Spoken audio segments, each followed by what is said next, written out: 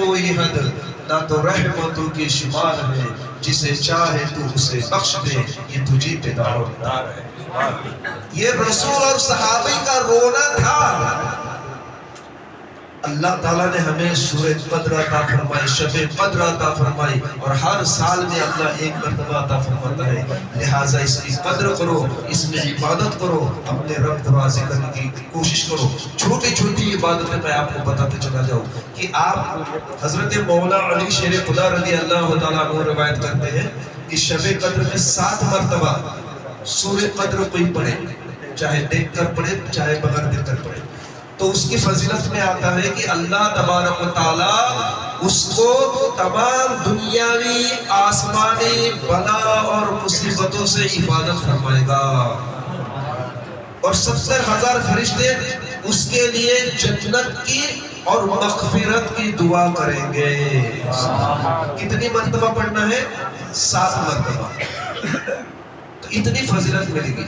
دوسری بات، جمعہ کی نماز، کل جمعہ ہے، جمعہ کی نماز کے پہلے اگر 3 مرتبہ سورہ قدر پڑھے، نماز کے پہلے 3 مرتبہ سورہ قدر پڑھے، تو روئے زمین پر پوری کائنات میں جتنے بھی لوگوں نے جمعہ کی نماز پڑھی، ان لوگوں کے تعداد کے برابر نیکیاں اس کے نامہ اعمال میں لکھی جائے گی۔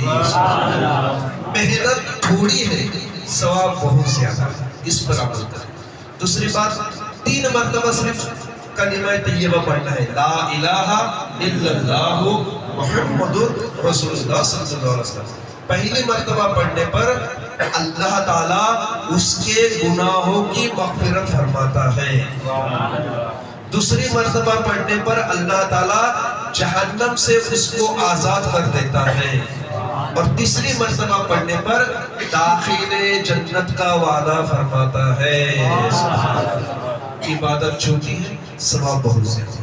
اس کے بعد آپ جو بھی نماز پڑھیں تو روایتوں میں آتا ہے کہ ایک تکبیر کے بدلے اللہ اکبر، اللہ اکبر کہنا یہ ایک تکبیر ہے، ایک تکبیر کے بدلے اللہ تعالیٰ اس بندے کو جنت میں ایک ایسا سایہ دار درخت عطا فرمائے گا کہ وہ درخت میں ایک آدمی لگاتار 100 سال چلتا رہے چلتا رہے چلتا رہے، پھر بھی اس کے آخری تک نہیں پہنچے گا۔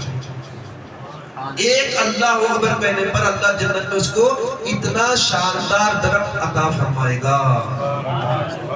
پھر ہر رکعت کے بدلے جسے 4 رکعت پڑھیں گے تو 4 رکعت ہوگی، ہر رکعت کے بدلے اللہ تعالیٰ اس بندے کو جنت میں سرخ یاقوت، ہیرے، زواہرات، لولو والا عالی شان محل عطا فرمائے گا۔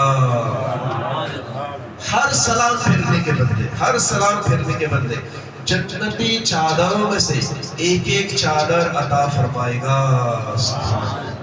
یہ فضیلت ہے شب قدر کی عبادت میں۔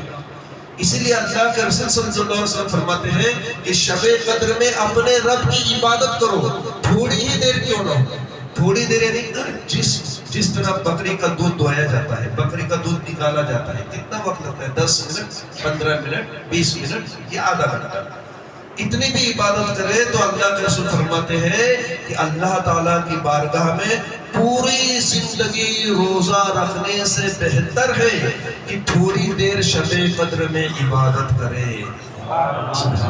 پھر اللہ کے رسول قسم کھا کے کہتے ہیں، قسم ہے مجھے اس پاک پروردگار عالم کی جس نے مجھے حق کے ساتھ نبی بنا کر بھیجا، شب قدر کی رات میں قرآن کریم کی ایک آیت پڑھنا باقی دنوں میں پورا قرآن شریف پڑھنے سے بہتر ہے۔ تو یہ وہ مبارک رات ہے، اور اس میں فرشتے نازل ہوتے ہیں۔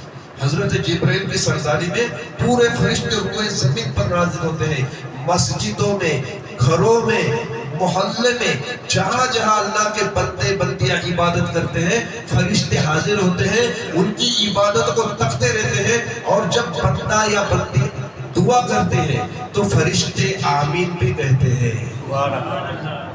اور مصافحہ بھی کرتے ہیں۔